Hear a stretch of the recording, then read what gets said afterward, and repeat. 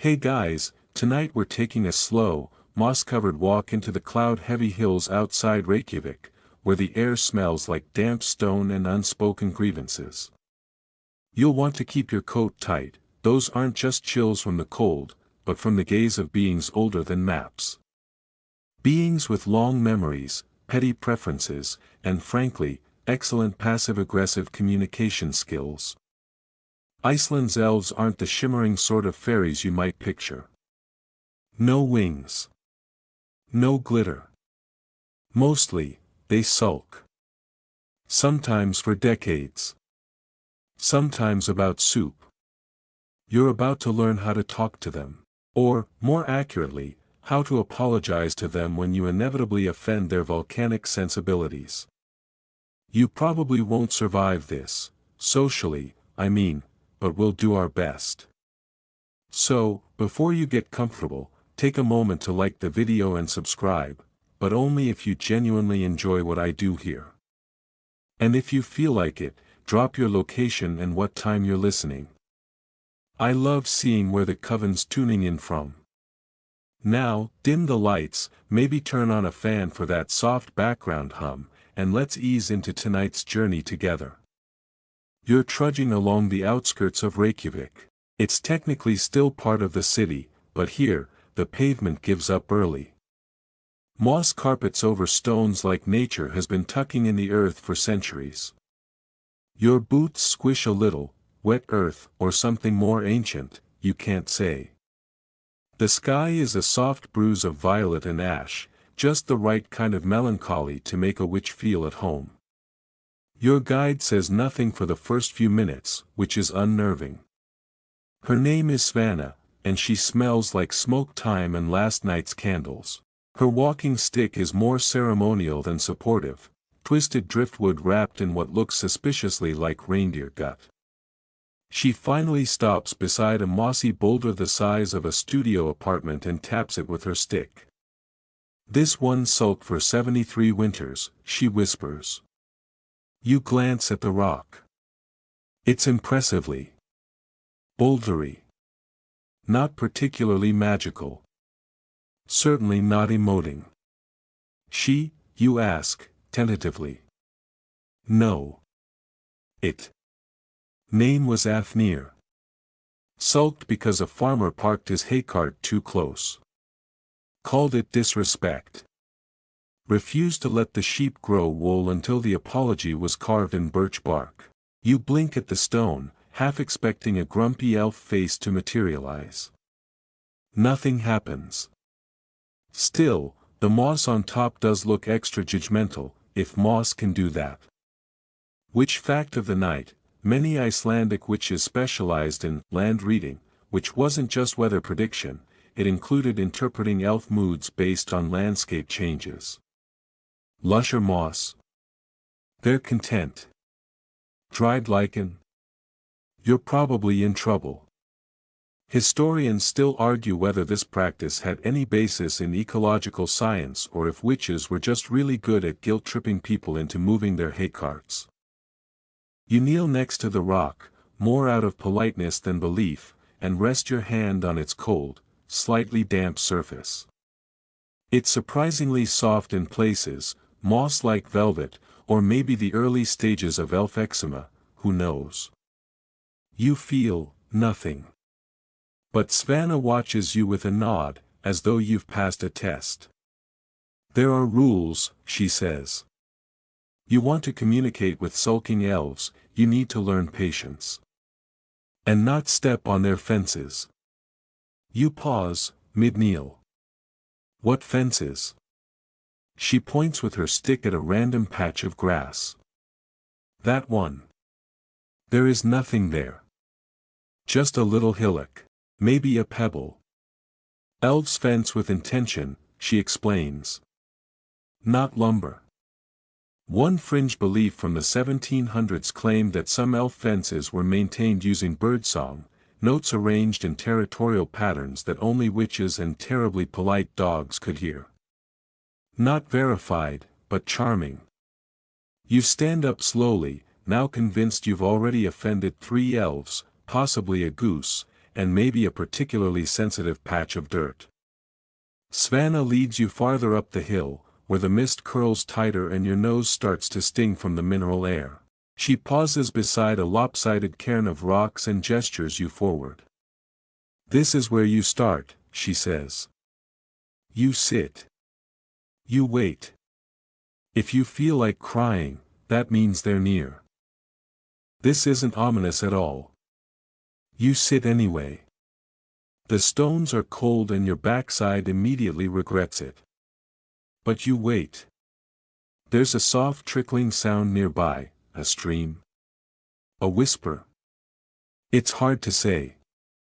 Minutes pass. Or maybe hours. The fog folds in, as if the hill itself is tucking you under a wool blanket made of whispers and old grudges. You think about Afnir, the elf who sulked for 73 winters. That kind of commitment to pettiness is admirable.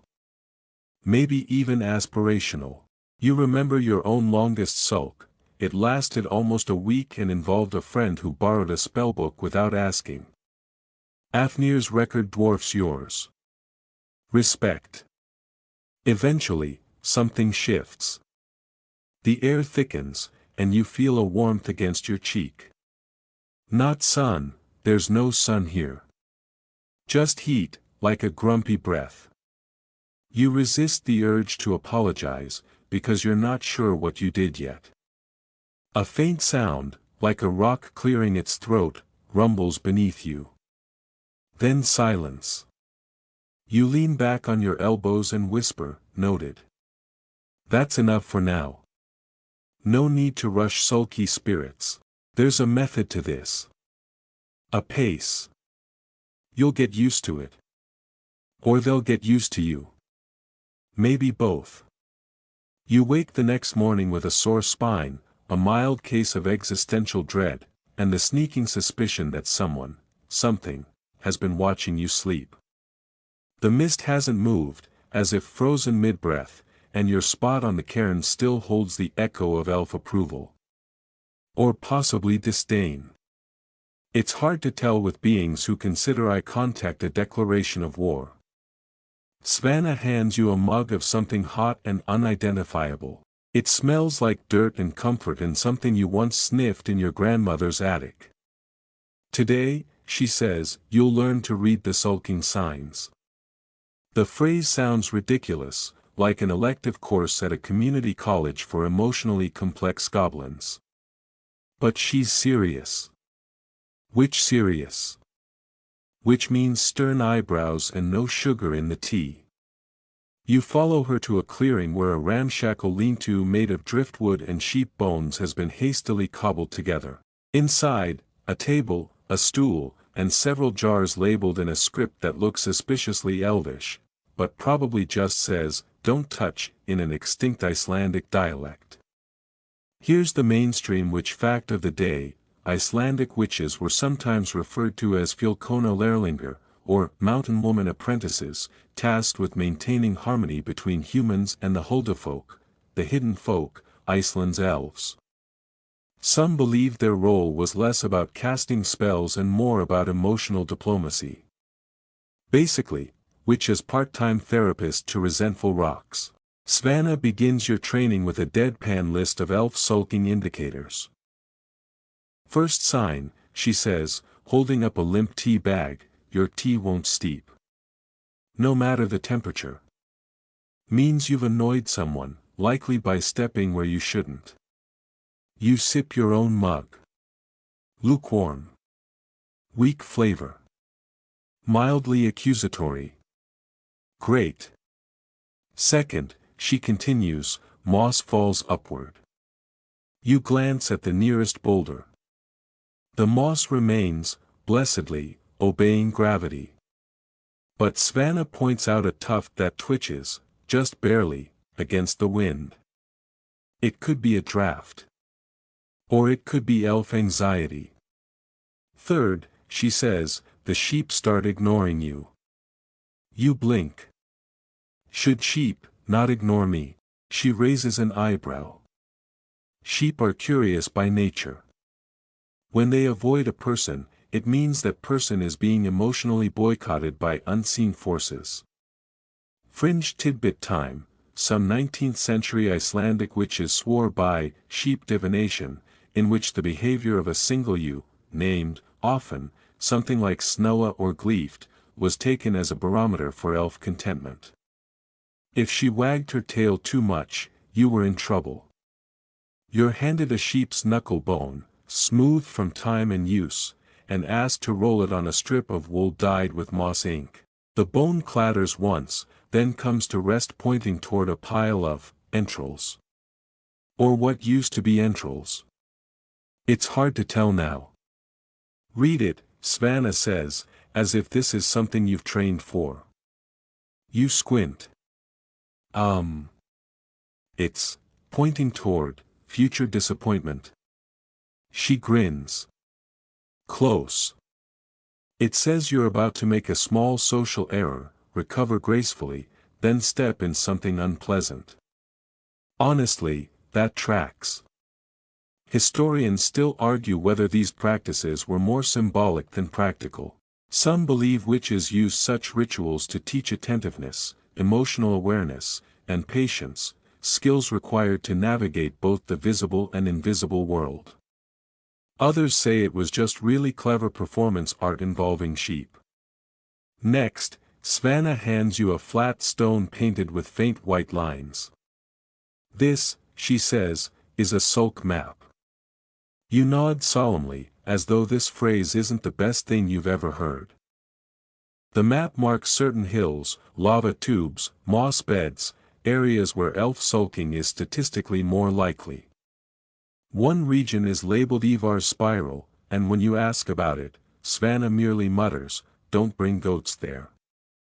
You make a mental note and move on. She makes you practice watching the fog for signs of mood shifts, see how it curls there. That's a hint of irritation, she explains. You start seeing it everywhere. The mist swirls, annoyance. A patch thins, passive aggression. A curl thickens, oh no, you've done it now. You begin to realize how complicated this is. Sulking elves aren't just miffed, they're performers of emotional nuance. One breeze might mean you forgot to greet me properly, while another gust could translate to your energy is too loud. To bridge the gap, you're handed what appears to be a bundle of dried flowers and chicken bones, tied with a strip of faded ribbon. A tone calmer, Svanna says. Wave it gently toward 10 stones. Don't flick. Flicking is rude. You spend the afternoon waving your bone bouquet like a nervous witch cheerleader, hoping some nearby elf is soothed by your apologetic vibes. Occasionally the wind changes direction. Once, the moss flattens briefly, like a sigh. Progress. You sit again on the cairn from last night. It's warmer now. Not by much, but enough to notice. A curl of mist circles your feet, almost playfully. Maybe you're getting the hang of it. Or maybe the elves are simply watching to see if you'll trip over their invisible fences again. You whisper, "Sorry about the hay cart thing." There's a faint rumble beneath the moss. Just one. It could be a rock shifting. Or a chuckle. You'll take either. You're woken the next day by a sheep licking your ear. This, you're informed, is a good sign. She's forgiven you, Svanna announces, sipping something from a carved horn. Or at least finds you edible. Either way, progress. The fog has thinned to a pale curtain, and for the first time, you can see where the land dips into a hidden valley, a place Svanna calls the Whispering Fold. It's where the more expressive elves tend to gather. Or sulk. Or sing mournful lullabies about betrayal by Oathbreaker, depending on the moon. You'll need to bring them something, Svanna says, rummaging through a basket full of strange tokens, half-rotted apples, bits of amber, rune-etched spoons. They don't respond to words, but they remember gifts. You eye a particularly moldy apple slice. Is this, fresh? Fresh enough, she shrugs. Here's your witch fact of the day: Icelandic witches didn't just dabble in potions and storm calling, they were also cultural intermediaries. Think of them as awkward interpreters for two species who spoke entirely different emotional dialects. Offerings were the punctuation marks in those conversations. You're handed a pouch of gifts, 2 carved jawbones, a vial of whale oil ink, and a perfectly round stone that hums when you hold it too long. Svanna instructs you to think soft thoughts and avoid stepping on the west-facing lichens. Fringe tidbit alert: some Icelandic hill witches believed that elves could smell regret. They claimed that if your guilt was sincere enough, you could avoid certain curses just by standing still and radiating shame. One 17th-century tale involves a woman who survived being hexed by hugging herself and chanting her least favorite childhood memory. You descend toward the whispering fold, trying not to radiate anything besides polite curiosity. The path is lined with oddly symmetrical stones. Every few steps, a raven caws overhead. This is normal, you remind yourself. Or at least witch normal. As you approach a cluster of mossy hillocks, the air changes, less fog, more pressure. Like you've walked into a room filled with people who've just stopped talking about you. You kneel and gently lay down your first offering, the amber shard. Nothing happens. You wait. Still nothing. So you whisper, "This one's for the tree you used to be." A wind stirs the grass. One of the symmetrical stones vibrates, ever so slightly. You place the ink next. This is for your stories, the ones we forgot to write down. A nearby bush rustles, though there's no breeze. The carved jawbones, for your long thoughts and short tempers. And finally, the humming stone, this one's just because. I like the sound it makes. There's a long silence, punctuated only by your own heartbeat and the ambient hum of several thousand invisible eyebrows being raised. Then, very faintly, a rustling chorus. Not quite words. Not quite wind. More like a sensation behind your ears. Like someone saying your name in a dream you're already forgetting. You stand slowly, careful not to turn your back. Leave the path backward, Svanna once warned. Turning your back on elf gratitude is like slapping their favorite cousin. So you moonwalk, awkwardly, up the slope, nearly tripping on a stone that's almost certainly moved since you arrived. Once you reach the ridge, the pressure lifts. Your bones feel lighter, your thoughts less itchy. Back at camp, Svanna's arranged a ring of stones around a fire pit. Each stone bears a faint rune that glows depending on what direction you look from. You point this out. "They're mood readers," she says. "They'll tell us if you made the elves sulkier." You stare at one of the stones. It glows violet. Violet means mild interest, she explains. Like when someone watches your whole Instagram story but doesn't react.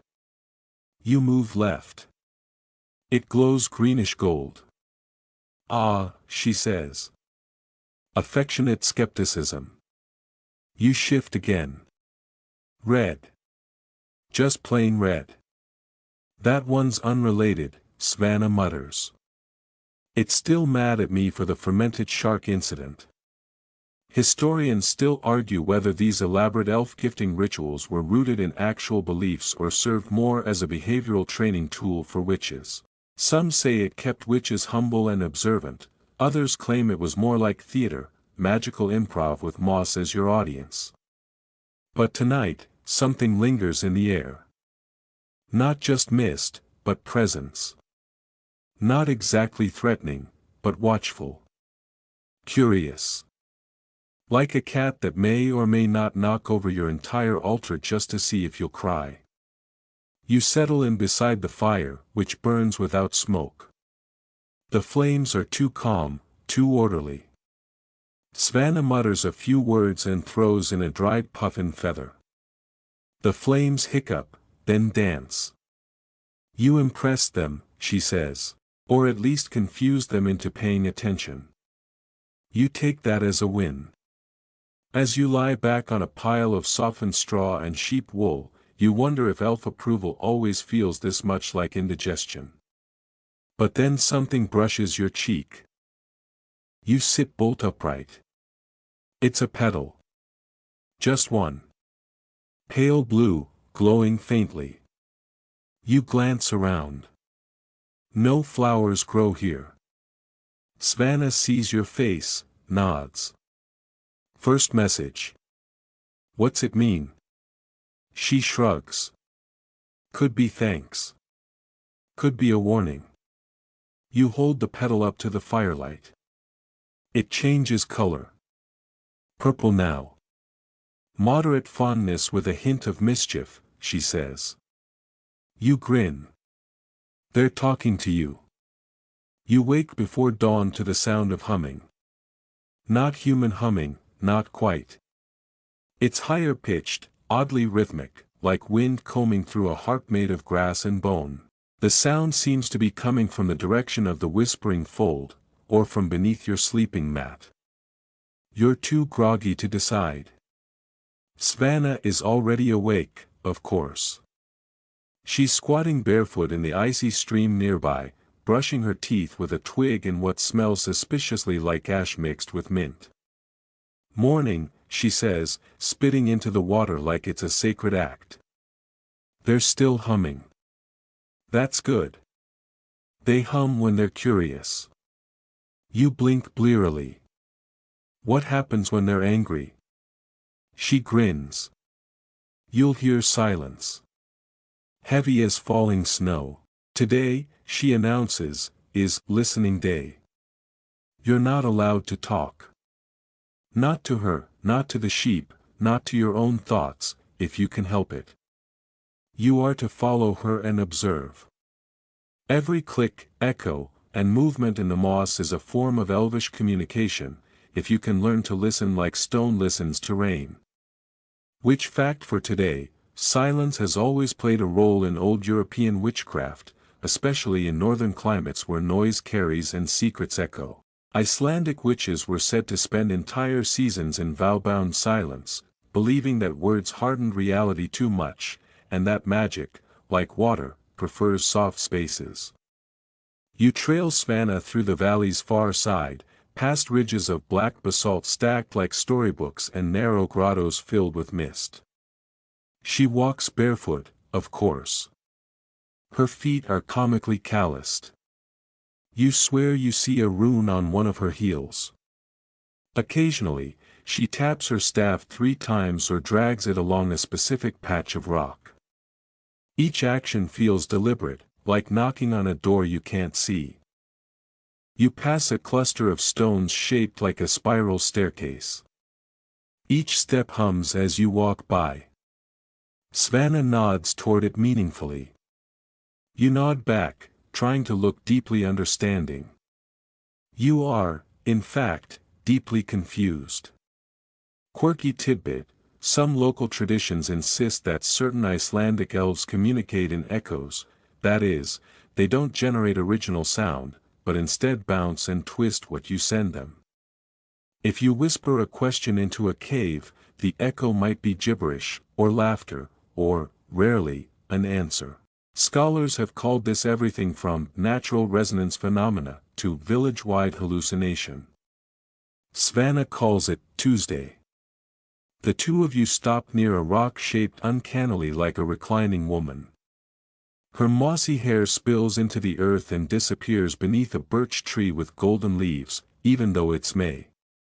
This is her seat, Svanna whispers, breaking her own rule. She listens here. You sit cross-legged nearby, clutching your hands in your lap. Silence. More silence. Then, a click. Another. You glance at the birch tree. The leaves aren't moving. Then, Just at the edge of your vision, a flicker of movement. Like a shadow forgetting how to behave. You don't move. You don't breathe. The clicking stops. And then, crunch. A soft, deliberate footstep behind you. You think of every ghost story you've ever heard. You also think about that sheep licking your face. Somehow, the sheep was less alarming. You slowly reach into your coat and remove the smooth, humming stone from yesterday. It's still warm. You hold it out, palm open, arm slightly raised. Nothing happens. Then, one breath, one blink later, the stone is gone. Just, gone. You gasp. Too loud. The moment collapses. A flurry of wind, a rustle in the birch leaves, and the pressure in the air vanishes like a popped bubble. Svanna doesn't scold you. She just raises an eyebrow. They're not fond of sudden sounds, she says gently. You did well, though. She took the stone. You stand shakily, glancing around for any sign of your visitor. There's nothing but grass and lichen and a small pile of what looks like fish bones. You point. Oh, Svanna says, kneeling. A token. The bones are arranged in a circle around a broken snail shell.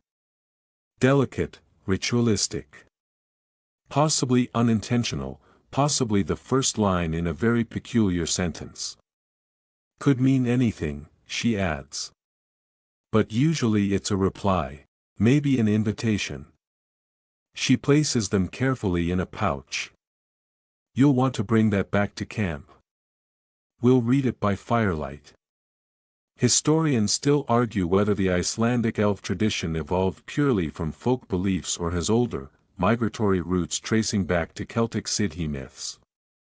The overlap in rituals, rings of stone, silence as diplomacy, gifts exchanged in riddles, suggests a cross-pollination of fear and fascination.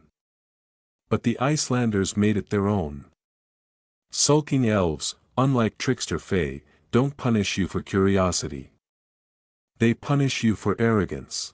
Back at camp, Svanna arranges the bones and shell around a red stone and lights a circle of incense. The smoke turns sharply sideways, never a good sign, but not the worst. This is her way of saying she'll meet you again. But only if you bring a story. A story? Yes, she says. They collect them. Like beetles. Or regrets. Your mind races. What counts as a story to a creature who's watched glaciers crawl and lava rewrite entire cities? You think of your grandmother's bedtime tales, of embarrassing field trip moments, of that time you cried in a grocery store because they were out of peppermint tea. You settle on something small, true, and a little sad. You'll offer it tomorrow. Not with your voice, but in silence. Through gesture, objects, and perhaps the most awkward interpretive dance the elves have ever witnessed. You fall asleep with the birch woman's image behind your eyes, wondering how often she watches and whether she ever laughs. You wake to frost lace on the edge of your blanket and a tuft of sheep hair stuck to your cheek. Apparently, the sheep have accepted you. One of them, probably the same one from the face-licking incident, has curled up against your side like a judgmental pillow. You nudge it off gently and sit up, stretching beneath a sky that looks like wet slate. Today is offering day. You're not sure what that means until Svanna hands you a bundle of soft wool, 3 crow feathers, and a single raisin. They like raisins, she says with the kind of gravity normally reserved for diplomatic treaties. Which fact, traditional offerings to land spirits in Northern European witchcraft vary dramatically by region. In Iceland, it was once customary to leave bowls of cream or butter outside doorways, especially on seasonal thresholds like midsummer or Yule. Some texts even suggest the use of sweetbreads laced with honey, which feels unfairly delicious to offer to someone invisible. Fringe detail. In the 17th century, an Icelandic priest named Orvaldur claimed that a particular mound near his church ate offerings and grew hungrier if ignored. He recommended feeding it monthly to avoid consequences. He didn't elaborate, which honestly makes it worse. You follow Svanna out past the whispering stones toward a ravine filled with fog so dense it looks like breath caught in a jar. She gestures for you to kneel, place the items on a mossy stone, and bow your head, not as a sign of submission, but as an act of stillness. You do as you're told. The crow feathers dance slightly in a wind that doesn't reach your skin. Now speak your story, Svanna says quietly. You hesitate. Then you begin, not with words, but with objects. You place a pressed flower from your notebook beside the raisin. Then your train ticket, the one you never threw away, from the day you almost left everything. A pebble from your coat pocket that's traveled with you through 3 apartments, 2 friendships, and 1 heartbreak. You don't say a word. Svanna nods approvingly. They'll understand that. Then she turns and walks away. You remain alone with the offerings, unsure what to expect. A glittering light. A cryptic whisper. A CGI elf emerging to high-five you. No. What you get is a yawn. But it's not yours. The sound comes from the stone itself. A long, quiet exhale, like earth stretching after a nap. Then, ever so faintly, you hear a second yawn, this one higher pitched. Not mocking, not threatening. Just mimicking. Historians still argue whether the Icelandic Huldufolk, or hidden people, were ever meant to be understood as separate from nature itself. Some scholars insist they were spirits made human-like by poetic imagination. Others argue they were coded representations of displaced peoples, ancestors pushed into myth to soothe collective guilt. What's clear is that these beings were always portrayed as deeply moody. Hence Svanna's term, sulking elves. On the way back to camp, you and Svanna gather what she calls whim bundles, small twists of birch bark, string, and dried flowers. They like to fiddle, she explains. Think of them as stress balls for immortals. You carry the bundle in your palm like a tiny puzzle. It does look oddly satisfying. As you walk, you glance at the horizon and spot a shadow flicker along the ridge. Not a cloud. Not a bird. Too thin for a person, too fluid for a fox. Svanna sees it too. Her lips press into a line. That's not one of hers, she says under her breath. That's from the other side. You wait for her to elaborate, but she doesn't. Instead, she quickens her pace, motioning for you to do the same. Back at camp, she pulls out a faded map of the valley, only it's not a topographical map. It's emotional. No elevation lines, no compass, no rivers. Just patches marked with moods, mirthful, mildly irritated, regretful, best avoided.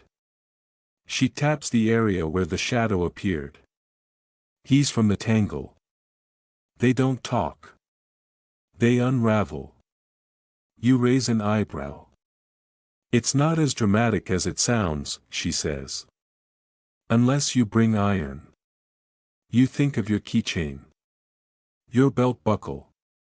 Your braces, back when you were 13. Your stomach tightens. Don't worry, Svanna adds. They're not interested in you. Yet. The phrase hangs like fog. To lighten the mood, she brings out a cup of fermented rhubarb tea. It tastes like vinegar had a baby with a lemon. You try not to make a face. She pretends not to notice. That night, you leave a second offering, your favorite pencil, snapped in half to show vulnerability. And a gum wrapper with a handwritten joke. Why did the mushroom get invited to the party? Because he was a fungi. You feel the echo of a chuckle somewhere beneath your feet. You're doing better than you thought.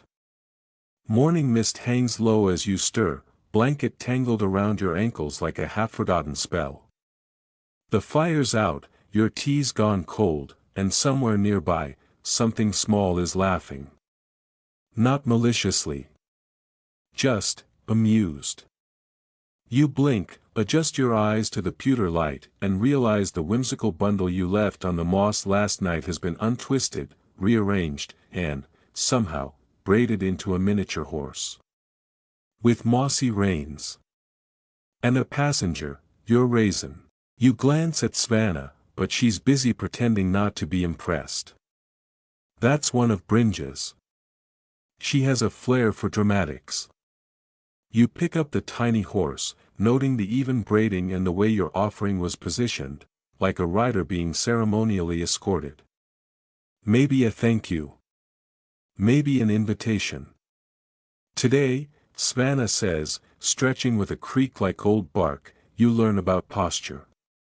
Like, sitting, you ask. No. Like, presence. The way you walk through their world. Which fact, in folk traditions from Iceland and other Nordic regions, posture and body language are believed to influence interactions with the invisible. Slouching, stomping, or speaking too boldly can provoke elves or spirits, many of whom take pride in what one 13th century grimoire calls dignified silence. Walking with humility, eyes lowered, shoulders aligned, was a show of respect, not submission. You spend the morning practicing. Walking as though you're in a cathedral. Not sneaking, not tiptoeing, just gliding. Smoothly. Deliberately. You're overthinking it, Svanna calls. Pretend you're a willow tree with legs. You do. It weirdly helps. Fringe tip. In remote valleys, some witches train themselves to mirror walk, stepping in reverse with eyes closed, mimicking their own earlier path. It was said to confuse mischievous beings who followed scent or sound but didn't understand time. Like outwitting a toddler with a PhD in moss. By late morning, you can drift across a path without kicking a stone, crushing a fern, or knocking your shin into a deceptively angry-looking cairn. Svanna nods, satisfied. Now for the hard part, she says. Listening. You sit on a flat rock near a gurgling stream. Not babbling, gurgling. Like it's chewing over some difficult news. 3 sounds to notice, Svanna begins. What's always there? What disappears? And what never was? You furrow your brow, but she doesn't elaborate. Instead, she hands you a candle. Not to light, but to hold.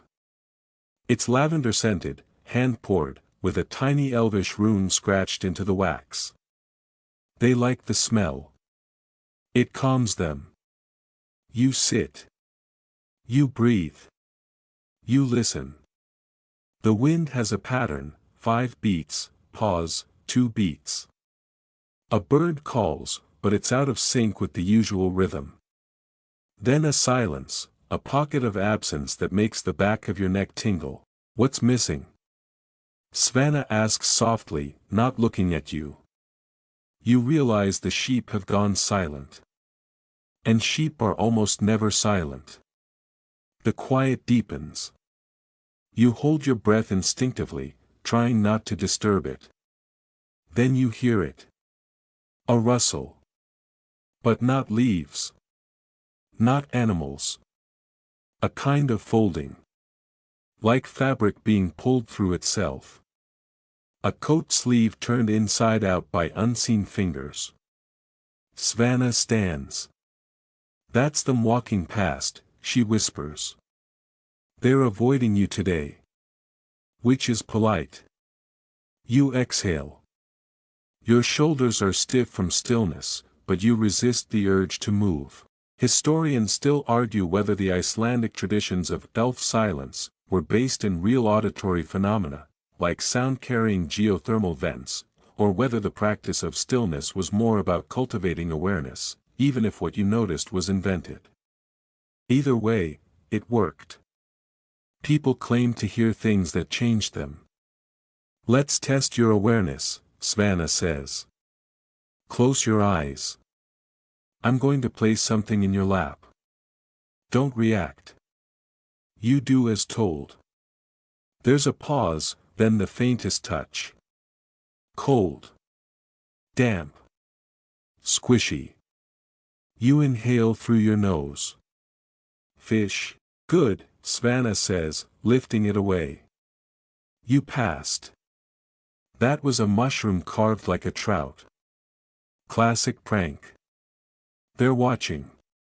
You don't ask how often Svanna whittles mushrooms. You don't want the answer. Later, she teaches you how to whistle without puckering, just a soft breath past the teeth, mimicking the wind's voice. You feel ridiculous until a single pebble rolls uphill toward you and stops at your boot. No one mentions it. You learn a finger trick next, bending your pinky and middle finger inward while holding the others aloft. "Like horns, you guess." "No, like antlers," she says. Gesture of respect. Apparently, the difference matters.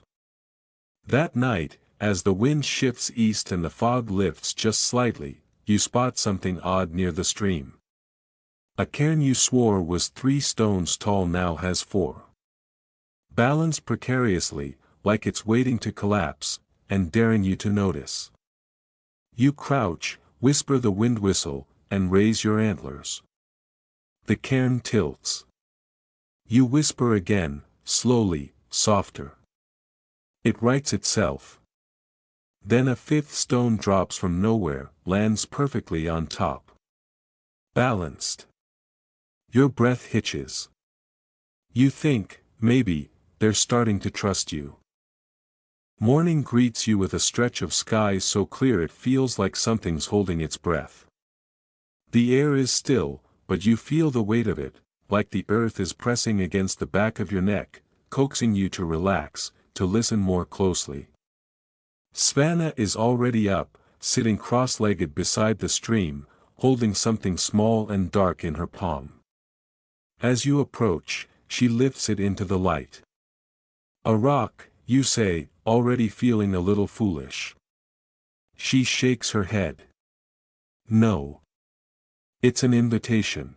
Which fact, in many traditions of Nordic witchcraft, certain stones are considered invitation markers, or triggers, objects placed or found in specific locations, sometimes intentionally buried, meant to guide or welcome spirits. The belief is that these stones are imbued with a kind of curiosity or purpose, waiting for a response. You peer at the rock more closely.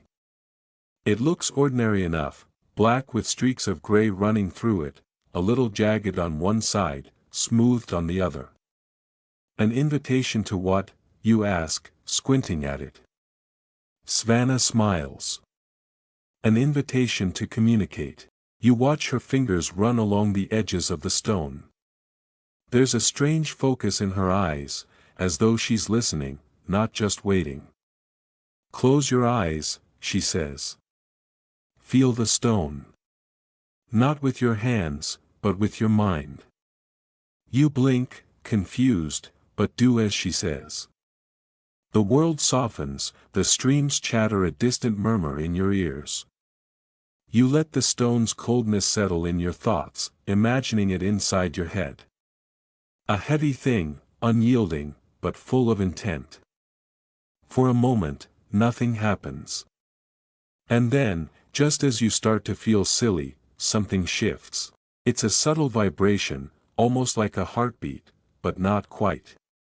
It feels like you're holding something that's both old and alive, something that remembers the whispers of those who have touched it before. You felt it, didn't you? Svanna says softly, her voice so close it startles you. You nod, still unsure. Yes, you whisper, although you're not entirely sure what you felt. She pulls the stone away, and the sensation dissipates. Your head feels clearer, but the stone's energy remains faintly imprinted in your thoughts. This, Svanna continues, is one way to start talking. They speak through things like this: objects, places, dreams. It's not words, not yet. But they will try to guide you with a feeling. A memory. You look at the rock, still unsettled by what you just experienced. Does it always feel like that? She shrugs, a little more enigmatic than usual. You're getting better. Soon, you'll hear them more clearly. They speak through silence, through echoes. They're not loud. You have to be patient. Quiet.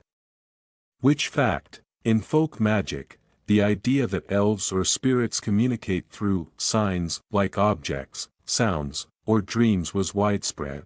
Many witches would leave items like small trinkets or feathers at crossroads, believing that the spirits would use them to share guidance or warnings. You nod, trying to absorb the weight of what she's saying. You wonder how long it will take before you're able to interpret all the subtle signals. It feels like you've only just scratched the surface. Svanna stands, brushes off her knees, and gestures for you to follow. Let's see if we can hear something else today. You walk with her into the deeper woods. The path winds tight between birch and spruce trees, and the shadows seem to shift with every step. It's a peaceful walk, until Svanna stops suddenly, her hand outstretched. Do you feel that? She asks, her voice low. You freeze, all the tiny hairs on your arms rising. The air is colder here, sharper. I feel something, you say, hesitant. Svanna points to the ground ahead of you. It's faint at first, but as you get closer, you see it, 3 small rocks, perfectly arranged in a circle. That wasn't here yesterday, Svanna murmurs. This is a sign. You crouch down next to the rocks, staring at the way they're arranged. There's a sense of purpose about them, but it's so subtle you might have missed it if you weren't paying attention. A presence brushes against you like a cool breath. Now, Svanna says, her voice almost a whisper, sit and listen. Don't ask questions. Just feel. You follow her instructions, folding your legs beneath you as you settle on the damp earth. The woods seem impossibly quiet, and the stillness is thick. You've entered a zone where even the birds seem to hold their breath. A weight presses gently on your shoulders, not heavy, but unmistakably there. The first sound you hear is a crack, faint as a twig snapping, but it doesn't come from the ground. It comes from the air. A rustling, like something stretching, far above. Svanna's eyes flicker to the trees. They're watching, she says, as if confirming what you already know. You turn your head slightly, straining your senses. There. A shadow, flitting from one tree to the next. It's too fast to be anything natural, but too precise to be a trick of the light. It's them, you whisper, a little breathless. Svanna nods. They're curious today.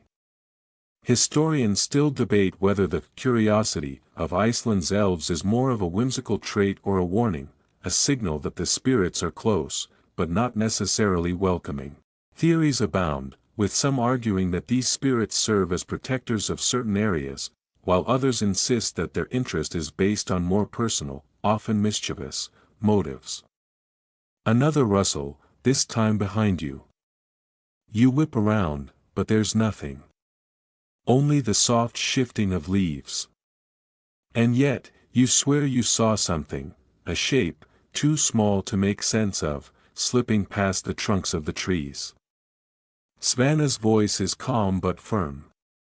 Remember what we practiced. Stay still. They'll move if you do. The shadow vanishes into the thicket. And for the first time since you've arrived, you feel a quiet certainty settle inside you. This place is alive. Not with trees or animals, but with something older. Something that watches. And listens. Just like you've been learning to.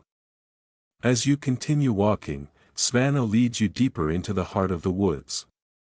The trees begin to grow thicker, their branches twisting like ancient hands reaching for the sky. The air smells sweeter here, rich with the scent of pine and damp earth, but also something else, something almost medicinal. Svanna's footsteps are quiet on the mossy path. You find that yours are, too. There's an eerie silence surrounding you, a hush that settles in your bones. No birds. No rustling. It's like the forest itself is holding its breath. Svanna stops in front of a large, twisted oak, its gnarled roots stretching across the forest floor like the fingers of an ancient hand. She turns to you, her gaze serious. This is one of their meeting places, she says softly. Where they come to talk. You look at the tree with a mixture of awe and unease. It's ancient, older than anything you've ever seen. Its bark is thick, scarred with centuries of weather, and its branches curl inward as though protecting something within. There's something sacred about it, something untouched by time. Which fact, in Icelandic and Norse folklore, certain trees, especially oaks, yews, and rowans, were believed to be portals to other realms, places where spirits could come and go. Some witches even swore that if you listened closely, you could hear voices or whispers coming from the heart of these ancient trees, secrets spoken by the land itself. Svanna's eyes are fixed on the tree. This is where they leave messages, she says, as though it's the most natural thing in the world. Not in writing, but in patterns. Symbols in the bark. Imprints on the ground. They communicate through what they leave behind. You approach the oak cautiously, studying its thick bark. At first glance, it seems like a normal tree, its surface is rough, pitted, and worn with age. But as you look closer, you start to notice the subtle carvings. Small, intricate shapes that blend into the bark, almost invisible unless you know where to look. Svanna points to a set of markings on the trunk, a series of curved lines and spirals. Those are symbols, she says, her voice low and reverent. Not for you to read. But for them to understand. You touch the markings lightly, feeling the grooves beneath your fingertips. The coolness of the bark sends a shiver through you. It's like touching a memory, something long buried, but still alive. Can you read them, you ask, your voice barely a whisper. She shakes her head. Not all of them. Some symbols are private, meant for the elves that visit this tree, but you'll start seeing patterns soon enough. You just need to trust your instincts. You take a deep breath, trying to clear your mind. You've been here for days now, learning to listen, to feel, but there's something about this place that makes it hard to focus. The air is heavier here, as if the very essence of the forest has seeped into your lungs. Svanna's voice breaks the silence. They're watching you right now. You glance around quickly, but there's nothing. No shadow, no flicker in the trees. Only the deep, oppressive quiet. They're not just watching. They're waiting. You feel a sudden sense of unease, a tightening in your chest. The forest feels too still, too quiet. I don't understand, you say, taking a step back from the tree. What do they want? Svanna smiles softly, but there's a touch of mystery in her eyes. They want to know if you're ready. You pause, unsure of what she means. But then, as if on cue, you hear it, the faintest rustle from behind the tree. A soft, deliberate movement. You turn, heart pounding, but when you look, there's nothing there.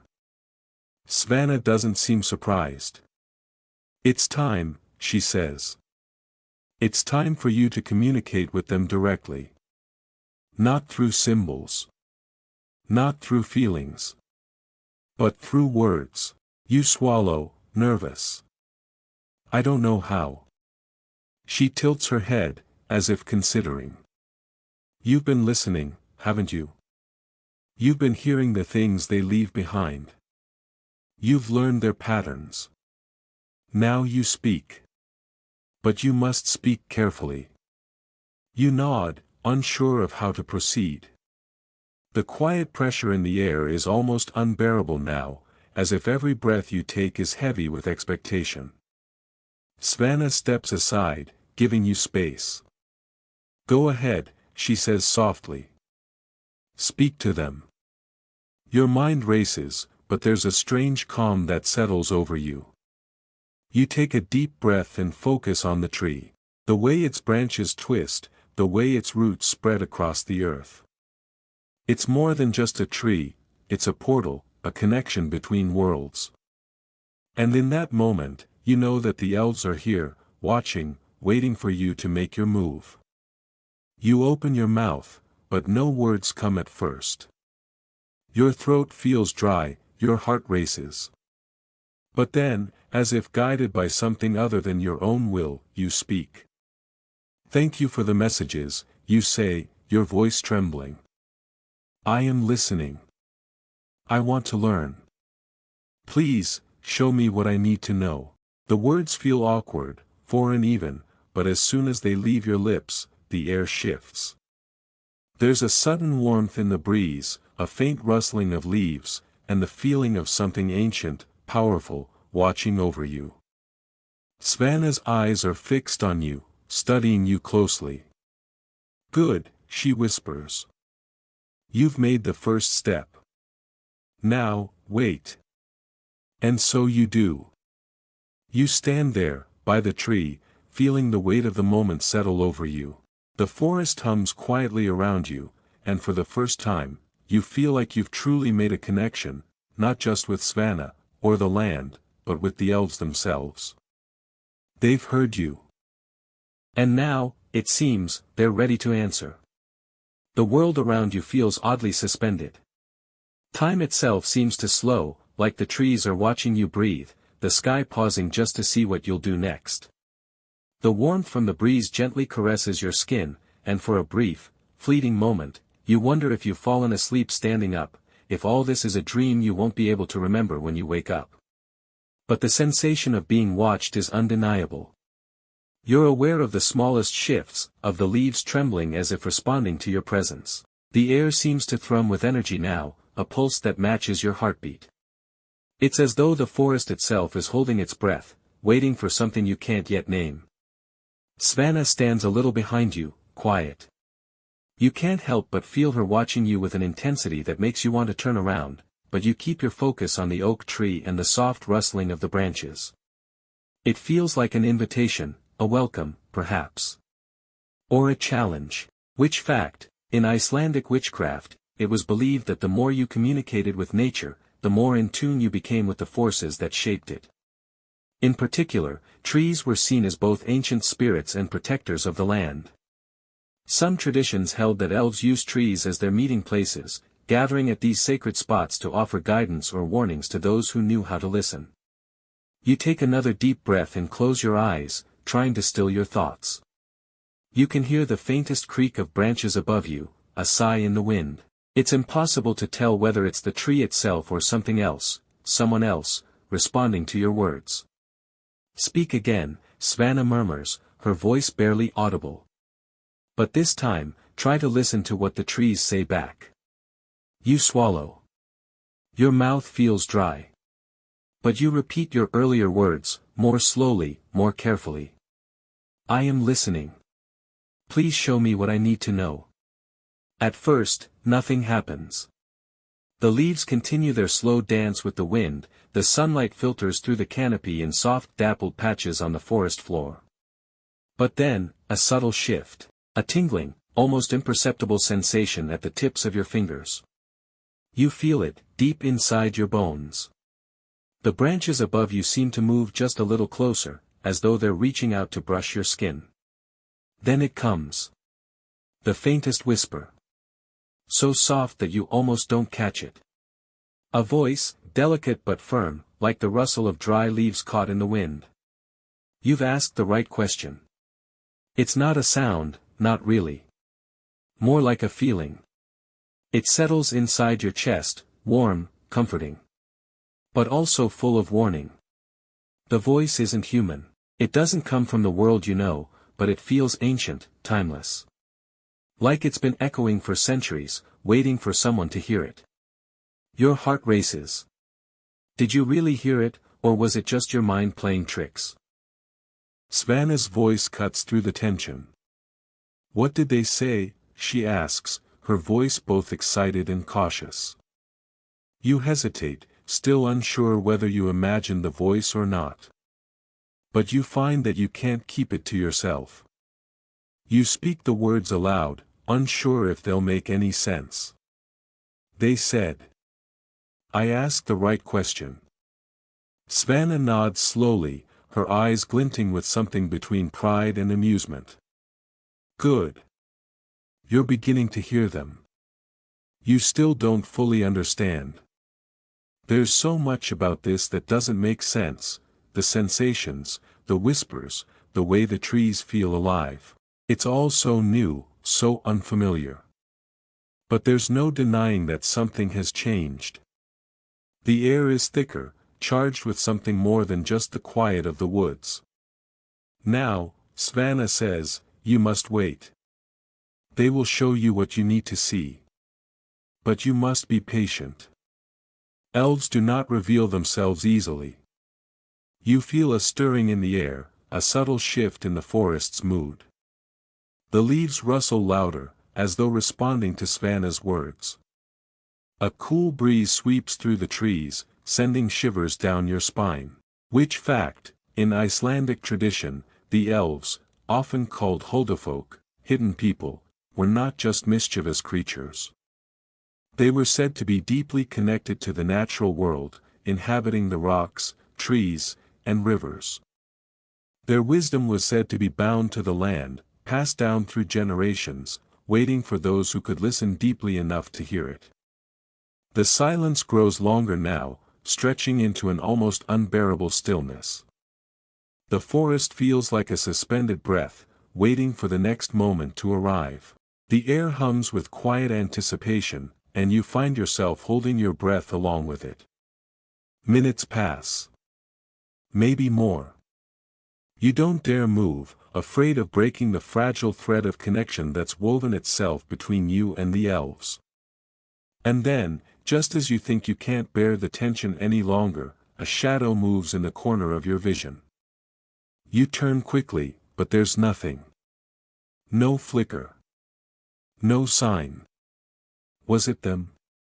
You exhale, deflating with disappointment. But then, again. A small shift in the air.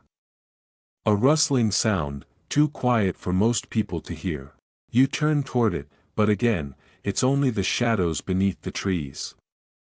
The presence is there, you can feel it, but it's just out of reach. Too elusive. Too fleeting. Svanna watches you closely. She doesn't speak, but there's a knowing look in her eyes.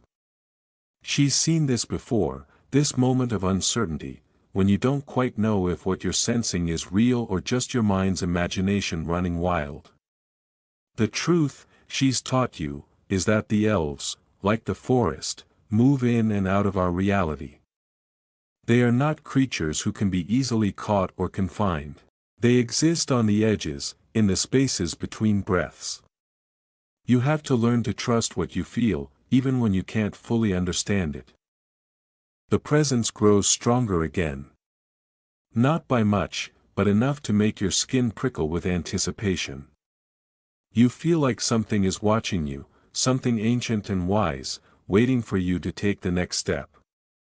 You whisper into the air, your voice barely more than a breath, I'm ready.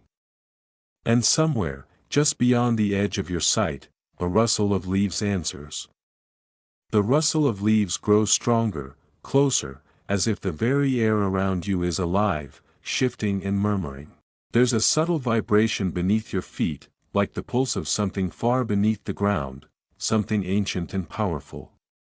You feel a tingle in your spine, a sense of connection to the earth itself, as if the forest and the elves are drawing you in, pulling you deeper into their world.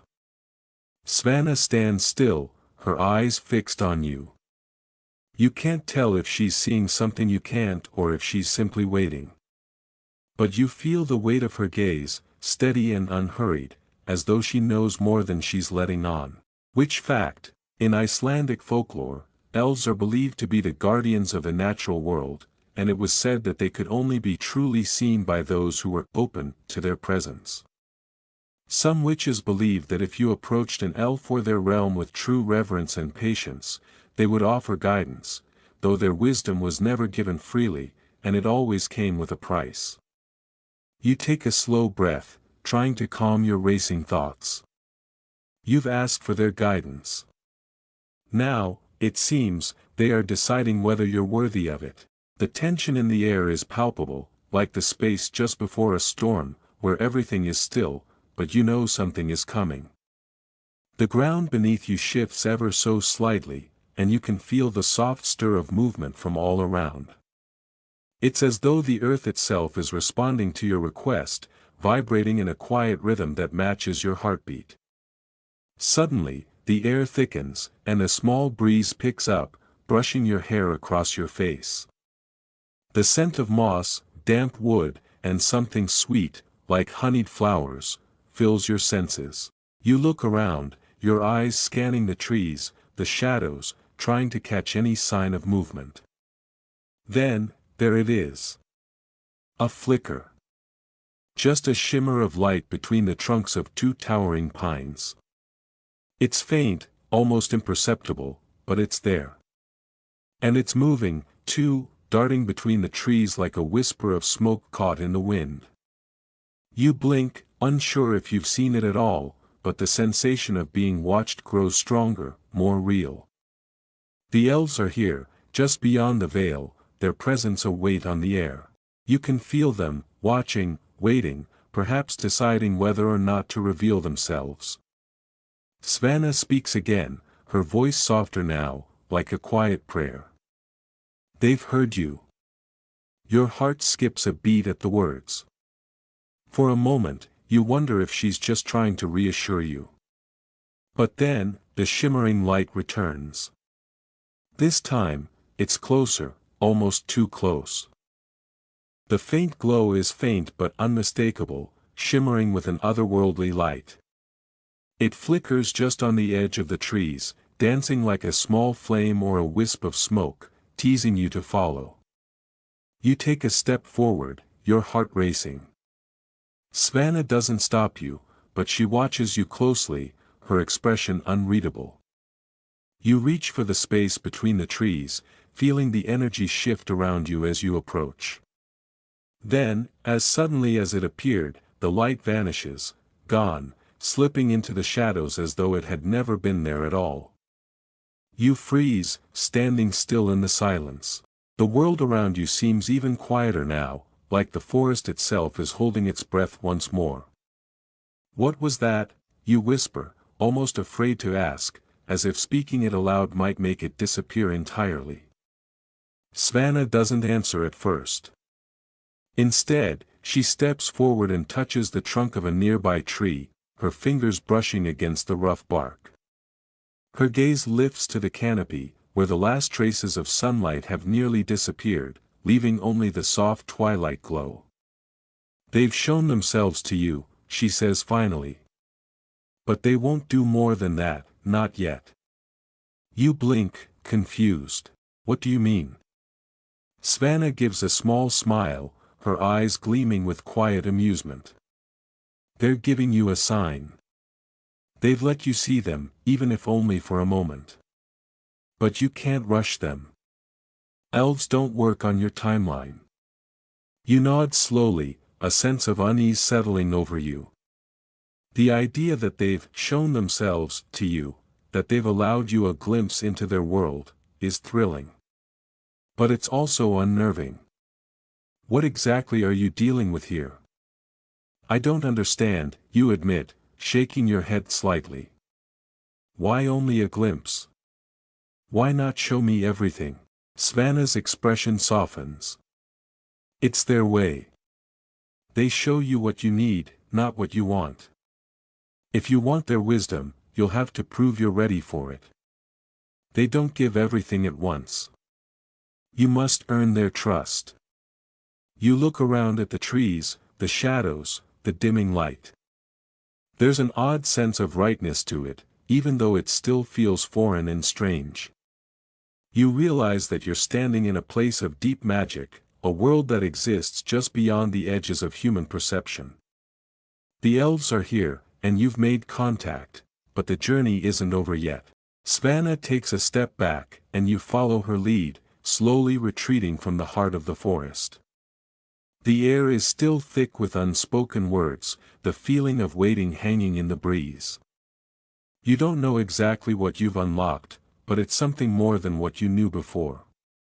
Which fact, the process of connecting with nature spirits, like the elves, wasn't always a straightforward one. Many witches reported feeling a sense of tension, a kind of imbalance, when they tried to reach out to these beings. Often, the spirits would give a little, then retreat, making the process feel like a slow dance of trust building. Patience, the witches said, was the key. As you step back into the shadowed path, Svanna finally speaks again. You've made progress. Now, we wait for them to show us more. The words hang in the air, comforting in their simplicity. The elves have seen you. Now, all you have to do is wait. Wait for them to reveal what's next. And somewhere, just on the edge of the world, you know they're watching. The world around you feels different now. The silence of the forest is no longer just a void, but something rich with meaning, charged with the presence of the unseen. There's a sense that the air itself is thick with possibility, as if anything might happen at any moment. But still, the forest remains elusive, as if it's hiding something just out of reach, something you're only beginning to understand. Svanna walks beside you, her footsteps almost silent against the soft earth, and you notice how effortlessly she moves, as though she belongs here in a way you never will. Her gaze is distant, yet filled with purpose, as if she's seeing something you can't yet perceive. You've taken the first step, she says softly, breaking the stillness. But there's more to learn. You haven't yet learned to listen in the way they need you to. You glance at her, confused. What do you mean? The elves don't just speak, Svanna explains, her voice steady. They communicate through everything. The trees, the wind, the rocks, every part of this world carries their voice. But it's subtle. They won't shout. They won't demand your attention. They'll show you things, but only if you're paying close enough attention.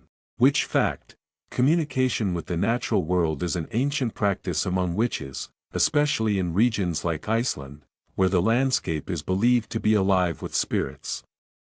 This connection was seen as a form of dialogue, not one based on words, but on impressions, feelings, and subtle signs.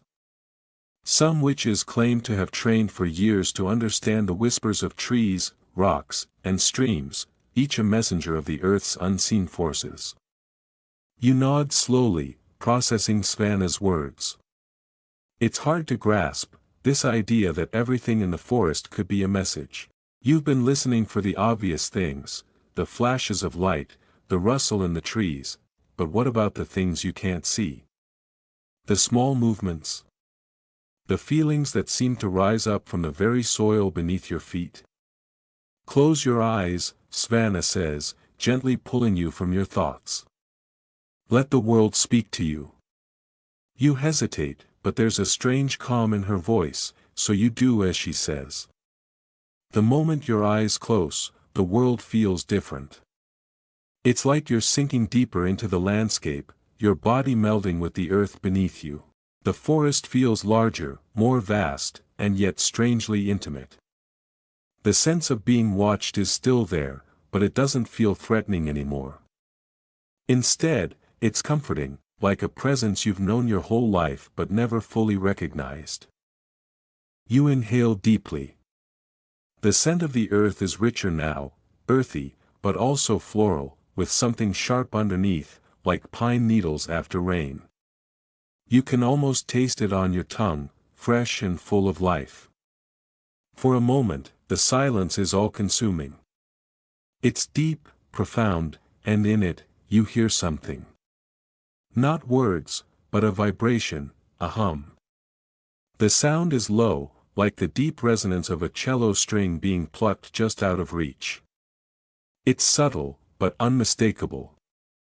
It's a voice, not in the way humans speak, but in the way the world hums when it's alive with magic. Do you hear it? Svanna asks softly, as if she already knows the answer. You nod, your heart fluttering in your chest. It's there, just beneath the surface, a deep thrum that vibrates through your very bones. This is how they speak, Svanna continues. Not through words, but through the energy of the world itself. The elves don't need to say anything. They are the forest. The trees. The wind. All of it carries their essence. Witches who communicated with nature spirits often described the experience as a kind of tuning in, like a radio, adjusting the dial to catch a frequency that wasn't normally audible. It wasn't a conversation in the traditional sense, but an exchange of energy, impressions, and feelings. Some witches even claimed to hear the language of the earth when they entered deep forests or other sacred places, a language that was far older than human speech. You listen harder now, trying to focus on the hum that fills the space around you. It's everywhere, but also nowhere. It's in the soft breeze that sweeps across your skin, in the distant creaking of tree branches, in the rustle of leaves shifting in the wind. It's the world talking, but in a language so ancient and subtle that you're only just beginning to hear it. Svanna's voice pulls you back from your reverie. The elves will only speak to you when you've learned to listen like this. You must trust the world around you, trust that everything holds meaning. It's not about asking for answers. It's about learning to understand what's already been said. The weight of her words hangs in the air, and for the first time, you feel the full weight of what you've stepped into. This isn't just a lesson in magic. This is a relationship, a conversation with a world that exists just outside your perception, waiting for you to be patient enough to hear it. You open your eyes again, and the forest is the same, yet somehow different. The trees seem taller, the air thicker with presence. It's as if the land itself is breathing with you, in time with your own heart. Svanna stands beside you, her gaze calm but knowing. You've started to hear them, she says, her voice filled with quiet approval. But remember, this is just the beginning. You feel both humbled and awed. The forest has begun to open itself to you, showing you the first glimpses of its secrets. You've learned that the elves speak not just in whispers, but in the very fabric of the world around you, and that to truly understand them, you'll need to let go of your expectations. You must listen, truly listen, to the rhythm of the earth itself. But there's more yet to come. This is only the beginning, and already, you know that the journey ahead will be full of surprises, challenges, too, no doubt. But you're ready. You've taken the first step into the realm of the elves, and now, there's no turning back. Icelandic witches often sought the guidance of elves in their magical practices, particularly for divination. It was believed that the elves could reveal hidden truths about the future, but only to those who were pure of heart and genuinely respectful of the natural world. Those who approached them with greed or disrespect were said to be met with silence, or worse, mischief. As you begin to move forward again, Svanna by your side, you can feel the weight of the forest, the pulse of the land, beneath your feet. There's a deep, abiding sense of connection to this place now, and you know it's only a matter of time before the elves choose to reveal more. You just have to be patient, and in the meantime, continue listening. The deeper you travel into the forest, the more attuned you become to the subtle changes around you. It's as if the air itself is alive, shifting with the presence of something otherworldly. Svanna moves with ease through the woods, almost as if she were part of it, and you try to follow her with the same quiet grace. Your heart is light, but your mind is heavy with all that you've learned, how everything in this forest speaks in its own language, how to truly listen to the world's hidden whispers. The path before you grows narrower, more tangled, as if the forest is closing in around you. The trees, once spaced out, now press close together, their branches reaching overhead, intertwining like fingers, blocking out most of the light. But there's no sense of danger, just a deep sense of being drawn further in. The air is cooler here, more damp, and the earthy scent of moss and wet bark fills your lungs with each breath. Svanna pauses ahead, her figure almost blending into the shadows. She's looking down at something in the underbrush, and you catch up with her, wondering what it is. "Look closely," she says in a low voice. You kneel beside her, your gaze following her outstretched hand to a small patch of moss-covered ground. At first, you see nothing unusual, just a tangle of roots and leaves. But then, you notice something, tiny markings, carved into the bark of a nearby tree, faint and almost hidden by the moss. They're delicate, etched into the wood in a pattern that feels almost deliberate. "These are the elf markings," Svanna explains, her voice soft and reverent. "They don't leave them often, but when they do, it's a sign. A signal." You study the markings closely. They're intricate, almost like a language in themselves, but they're not symbols you recognize. Some are swirls, others angular lines that curve and twist in strange ways. You can almost feel the magic in the air, as though these markings were left as a kind of invitation, an offering, perhaps, or a message meant for you. Which fact, ancient witchcraft often involved reading the markings and signs left by spirits, and many witches believed that the symbols carved into trees, stones, or other natural elements were a form of communication. These markings were thought to convey everything from warnings to blessings, and some witches dedicated their entire practices to decoding them. In Iceland, the elves are said to leave their own marks, subtle but powerful, to guide or warn those who know how to see them. You run your fingers over the markings, feeling the coolness of the bark beneath your touch. For a moment, you almost feel like the tree is alive, its heartbeat steady beneath your fingertips. It's a strange sensation, one that makes you feel connected to something much older than yourself, something that has been here far longer than humans have. Svanna watches you closely, her expression unreadable. "The elves communicate with the land," she says. "They leave signs for those who are worthy of understanding them. It's a way of letting you know they're near." You've seen this before, even if you didn't realize it. You think back to the subtle hum you felt earlier, the deep resonance in the air. The more you experience, the clearer it becomes that the elves have always been here, watching, listening, guiding, just out of reach, just beyond the edge of human understanding. But something shifts in the air now, as though the very forest is holding its breath. There's a quietness that settles over you, more profound than before. Svanna's eyes narrow slightly, and she steps back, motioning for you to do the same. "Don't disturb the markings," she warns softly. "They are sacred. If you touch them too forcefully, or disturb them in the wrong way, the elves may take it as a sign of disrespect." You pull your hand away, suddenly aware of the weight of the moment. You've been granted a glimpse into a hidden world, but the elves are watching, and you must be careful. This is not a world where you can simply take what you want. Here, respect is the key, and patience will unlock the doors you seek. The silence continues, growing heavier as you both stand there, waiting. Then, in the distance, you hear a soft sound, a whisper carried on the wind. It's faint, but unmistakable. You turn your head toward it, but there's nothing visible in the trees. It's only when you focus, really focus, that you can feel it, the gentle sway of the branches, the slight shift in the air. Svanna nods, a knowing smile curving on her lips. They're here.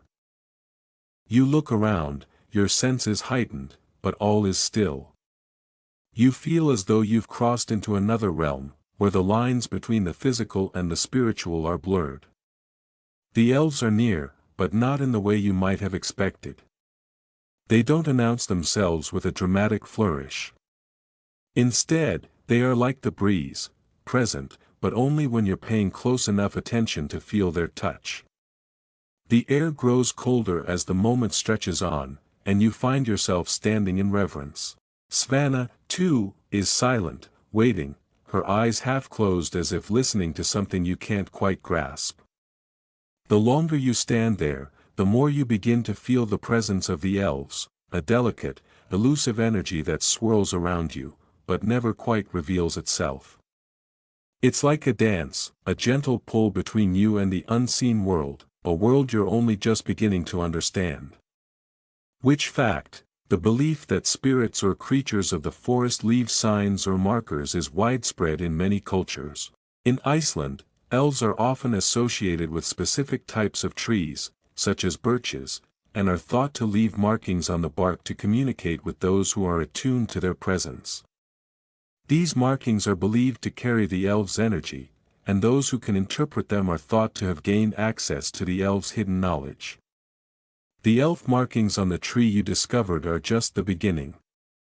The more you learn, the more you realize that the forest is full of these subtle messages, each one a step toward unlocking the deeper mysteries of this enchanted world.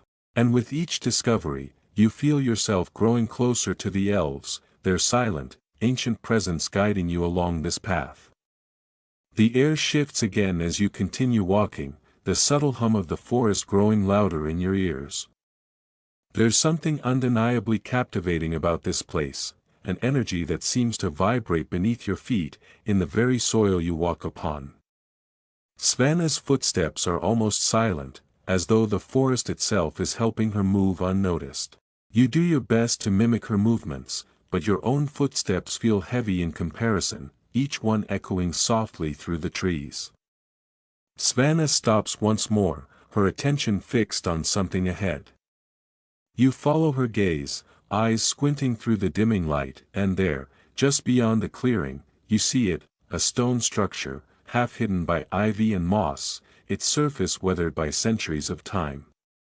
It's not large, but its presence is commanding. The moss clings to it in thick green strands, covering its surface like a blanket. This, Svanna murmurs, her voice softer than before, is the gateway. You take a step forward, the air suddenly thick with anticipation. The stone doorway looms before you, its entrance shrouded in shadows, but there's something inviting about it. Something ancient. It's not a portal in the way you might think, Svanna continues. This gateway isn't a door to another world, not exactly. It's a place where the elves come to listen. To watch. To wait. You feel a strange pull toward the structure, something magnetic, like the earth beneath you is calling you closer. But there's a hesitation in the air, a faint murmur of warning that you can almost hear, deep within your chest. Iceland's elves, Svanna says, they're not always as they seem. Sometimes, they want you to come closer, to learn their secrets, but other times, they just want to be left alone. You have to know the difference. Her words hang in the air, the weight of them pressing down on you. The elves aren't the whimsical, playful creatures you might have imagined. They are ancient, and their moods are as unpredictable as the Icelandic weather. One moment, they might extend a hand of friendship, and the next, they could retreat into the shadows, leaving you wondering if you were ever truly welcome at all. Take a moment, Svanna says, her voice taking on a gentler tone, and feel the energy here. This is their space. The gateway doesn't just belong to the elves, it's part of them. You close your eyes and breathe deeply, focusing on the sensations around you. There's a coolness to the air here, different from the rest of the forest, as though the stones themselves are holding secrets. The leaves rustle softly, and the wind picks up just enough to make the ivy on the stones stir, revealing glimpses of ancient carvings etched into the surface. You reach out instinctively, your fingers grazing the cool stone. It's smooth but worn, its surface marked by centuries of weather and wear. Which fact, stone circles and ancient ruins have long been associated with magical rituals and spiritual significance. In many cultures, these structures were believed to be places of power, gateways between the earthly realm and the spirit world. The idea that the elves in Iceland may use such sites for their own purposes fits into a larger tradition of sacred spaces being used by spirits and beings from other realms. The moment your fingers make contact with the stone, the forest seems to change. The air becomes heavier, thicker, almost as if it's holding its breath. You feel a faint stirring, a whispering sensation, like 1,000 tiny voices moving through the trees. It's not clear what they're saying, but it's a language you feel rather than hear. The words are in your mind, forming and shifting, but they elude you just as quickly as they arrive. Svanna watches you, her eyes glinting with something you can't quite place. They're speaking to you, she says softly. Listen carefully. You try to focus, but the whispers are fleeting, fragments of sound that come and go, just out of reach. The forest seems to pulse with a strange rhythm, as though it's alive, its heartbeat intertwined with your own. And then, just as quickly, the whispers fade away. It's not the right time, Svanna observes, stepping closer to you. Sometimes, you have to earn their trust. But remember, the gateway is always here, waiting for you. You step back from the stone, feeling the pull lessening as the energy shifts once again. The forest doesn't seem quite as intimate now, the sounds of the leaves and the distant rustle of creatures in the underbrush once again becoming the dominant noise. The stone gateway stands behind you, its silent presence still lingering, as if it's silently urging you to return when the time is right. Which fact, the practice of using sacred sites to communicate with spirits or beings of another realm is ancient. Many witches and shamans throughout history believed that certain places were imbued with a kind of power that allowed them to cross over into other worlds. In Iceland, these sacred places are often associated with elves, who are said to reside in these hidden spaces, and they are thought to hold the secrets of the land itself. Svanna turns, signaling that it's time to continue your journey. As you walk away from the stone, you feel a sense of quiet fulfillment, knowing that you've taken another step toward understanding this mysterious world. But there's also a lingering sense of anticipation, as though something more is waiting for you. You can't shake the feeling that you've only scratched the surface of what lies ahead. And yet, as you walk deeper into the forest, you feel the forest shifting again, its pulse syncing with your own. The path ahead is still unclear, but you know that this journey is far from over. The forest begins to thicken again, but this time, there's a sense of movement in the air that wasn't there before. The breeze is heavier, and the once distant murmur of leaves now feels like it's calling you forward. Svanna leads you, but this time, she's more purposeful in her steps, as though she's been here before and knows exactly where to go. You follow, trusting her guidance, but there's something different about the rhythm of your walk now, something deliberate. You notice that the trees are changing, too. The birch trees, so common in the beginning, have given way to older, more gnarled oaks. Their trunks are thick and twisted, their branches reaching out like the hands of ancient beings. The forest here feels more ancient, as if it's seen more seasons, more cycles of life, death, and rebirth than you could ever comprehend. Svanna stops again, this time in front of a particularly large oak. You glance up at it, its bark blackened and scarred, as though something powerful had once passed through. The air around the tree feels colder, almost sharp, and you instinctively pull your cloak tighter around your shoulders. "This is the place," Svanna says softly, her voice barely above a whisper. You stand still, feeling the weight of her words settle around you. There's something about this tree, something that calls to you. As you approach, you notice that the ground at its base is covered with an assortment of odd objects, worn stones, small trinkets, bits of cloth, and strands of what looks like thread. They're not just any objects, they're offerings. Gifts left by those who came before. These are offerings for the elves, Svanna explains. People leave them here in hopes of a blessing or a message. Sometimes, it's just a way to show respect. You kneel beside one of the objects, a smooth, polished stone, its surface etched with runes you don't recognize. There's a strange energy radiating from it, something old and quiet, as though it's been waiting for you. You don't know why, but you feel compelled to touch it. The moment your fingers graze the stone, a flicker of light flashes through the air. It's subtle, like a shadow passing across your vision, but it's enough to make you pause. You glance around, your senses heightened, but there's no sign of what caused it. Svanna's eyes are fixed on you, her expression unreadable. "They are watching," she says, her voice low. "You've drawn their attention." You stand slowly, the stone still in your hand. The sense of presence around you grows stronger, and you can feel the forest's energy shifting, as though the very ground is alive, breathing with you. The elves are near. Which fact, offering gifts or leaving tokens of respect at sacred sites is an ancient practice that spans cultures and beliefs. In many traditions, offerings are made to spirits or deities in exchange for protection, guidance, or blessings. The idea of gifts being left for the elves in Iceland fits within this broader tradition of respectful interaction with the unseen world. You look at Svanna, your mind racing with questions. The air feels heavier now, laden with the weight of the elves' watchful presence.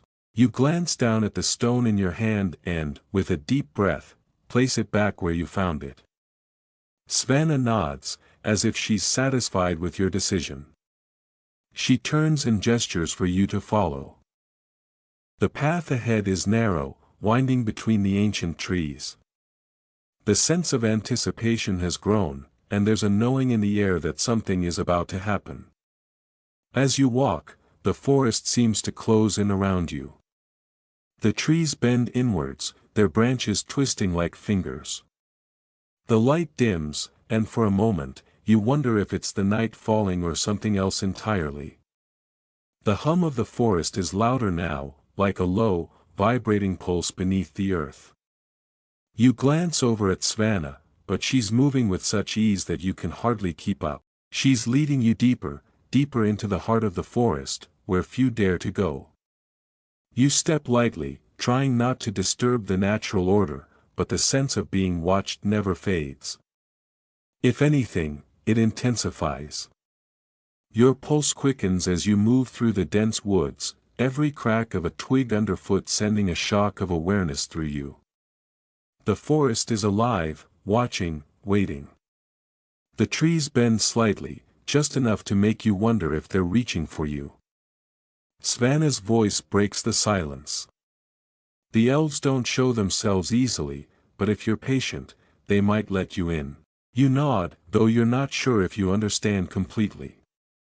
You've seen glimpses, heard whispers, but to truly connect with the elves, it's something more than just waiting. It's about being ready, being in tune with the land, with the energy that pulses around you.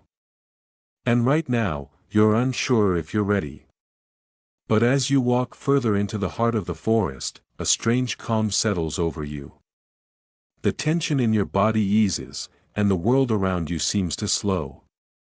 The sound of your breathing becomes more pronounced, each inhale filling your lungs with the cool, damp air of the forest. You feel grounded, present, more connected than you ever have before. And then, just as you begin to think that perhaps you've imagined it all, there's a flicker of light ahead. You freeze, and Svanna does the same. She doesn't speak, but the look she gives you is one of knowing, as if she's been waiting for this moment all along. Which fact, many traditions speak of light as a sign of divine presence or spiritual energy. Whether it's the flicker of a candle, the glow of fireflies, or the soft shimmer of unseen spirits, light has long been associated with moments of revelation or connection to the otherworldly. In Icelandic folklore, lights in the forest are often considered signs from the elves, messages sent through the natural world to those who are open to receiving them. The light ahead grows brighter, like a distant star, but it doesn't burn your eyes. It's soft, ethereal, almost like a beacon guiding you forward. Svanna steps toward it, and you follow, your heart racing. You don't know what awaits, but there's a sense of inevitability to it. This is where your journey has been leading all along. The closer you get, the more you realize that the light isn't coming from a single point. It's coming from everywhere. It fills the space around you, glowing softly from the trees, the ground, the very air. The elves are here, in this space between reality and magic, and they are waiting for you. You step forward, your heart pounding with each movement, as the ethereal light grows around you.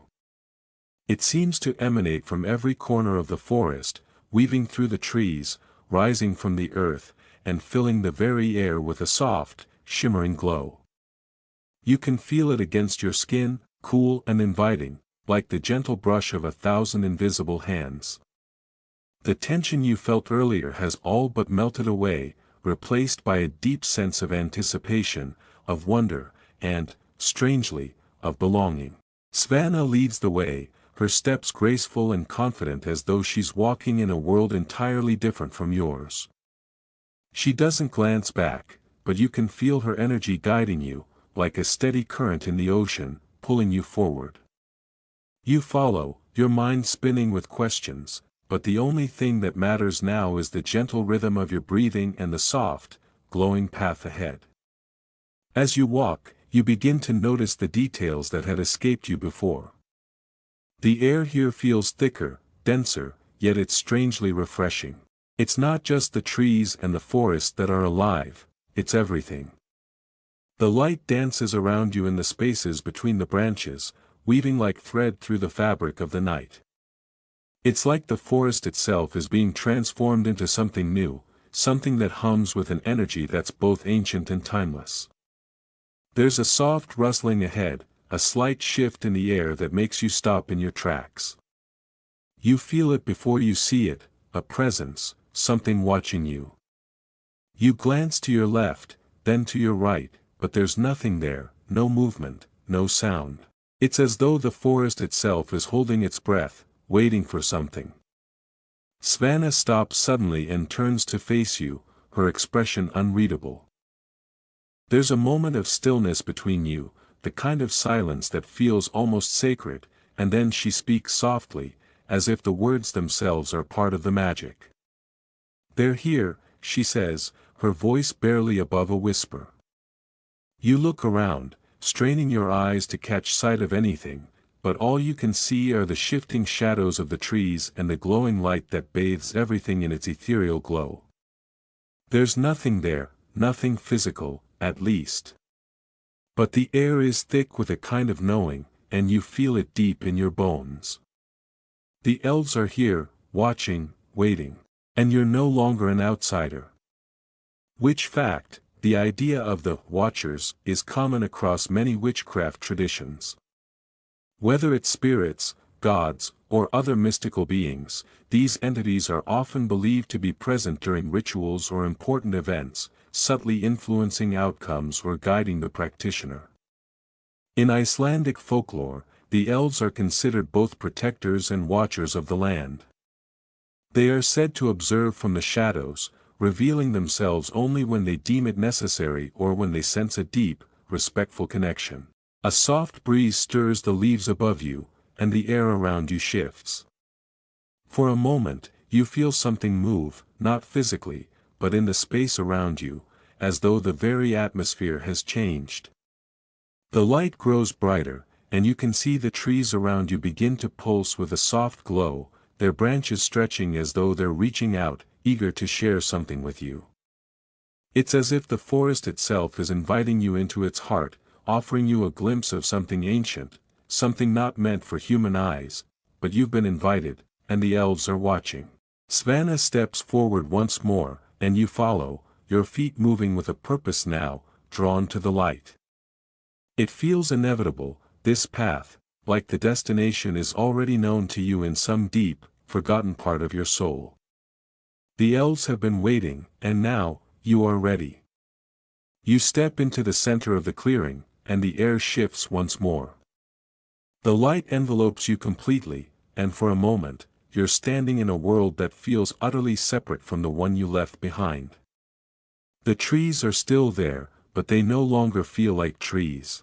They've transformed, their trunks now appearing like twisted, glowing figures, their branches reaching upward like arms outstretched toward the sky. The ground beneath you hums with energy, and you feel your feet sink slightly, not into mud, but into something soft, almost like moss, though cooler, firmer, as though the earth itself is alive and breathing with you. Svanna turns to you, her expression serene, her eyes glowing with a light you haven't seen before. They've accepted you, she says softly. You've crossed into their world now. You stand there, the weight of her words settling in your chest. The elves haven't just noticed you, they've welcomed you. You've crossed a threshold, not only in the physical world, but in the world of spirits, of magic, of the unseen forces that weave through the earth and sky. The realization hits you like a wave, and you understand, perhaps for the first time, just how deeply the elves are connected to the land.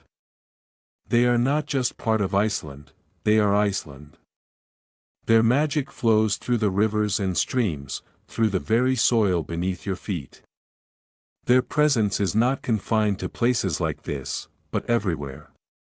You were never truly an outsider. You've always been connected to them, and now, in this moment, you've crossed into their world. Svanna smiles gently, a knowing expression on her face. She doesn't say anything more, but there's a quiet understanding between you. You're here, in the heart of the elf world, and you've been given a gift, the gift of connection, of knowing. And as you stand in the glow of the forest, surrounded by the presence of the elves, you feel at peace. You are no longer a stranger in this land, you are a part of it. The light begins to fade slowly, as the elves retreat into the shadows once more. You can feel their eyes on you, but no longer in a way that feels unsettling. Instead, it feels like a gentle embrace, a recognition of your place in this vast, magical world. The forest returns to its natural rhythm, the hum of life slowly dissipating as the evening sky deepens, but you know that this experience will stay with you forever. The elves have shared their world with you, and now, you carry a part of them with you, a part of the land itself. You turn to Svanna, and for the first time, you understand her quiet smile. She's seen this before, but for you, this moment is new. She's led you to the heart of Iceland's magic, and in doing so, she's given you something priceless, a glimpse into a world that few ever truly see. As you make your way back through the forest, the air feels lighter, the path clearer. You know that the elves will always be here, watching, waiting, but you also know that they've entrusted you with something that will never fade, an understanding of their world, of their place in the fabric of nature. And as the stars begin to twinkle above you, the forest around you quiet and peaceful once again, you know that you'll carry this night with you forever.